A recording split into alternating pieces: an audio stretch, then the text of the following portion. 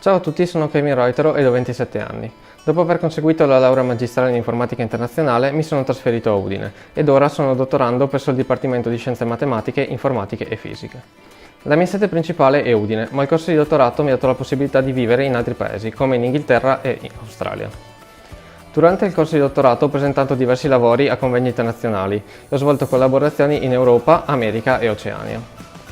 Io ed il mio gruppo di ricerca utilizziamo strumenti all'avanguardia, quali reti neurali, machine learning, modellazione statistica, analisi delle reti sociali e crowdsourcing, ovvero l'utilizzo di worker che svolgono task che sono difficili o impossibili per delle macchine.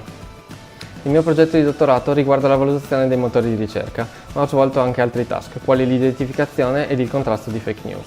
Durante il mio dottorato ho inoltre svolto un internship presso l'azienda di streaming musicale Spotify, dove ho migliorato sia l'esperienza degli utenti che la piattaforma stessa. Credo che il mio dottorato sia utile per diversi motivi. Permette di affrontare problemi reali ed inoltre permette di dare il proprio contributo all'avanzare della scienza. In futuro vorrei continuare a fare ricerca e viaggiare in giro per il mondo.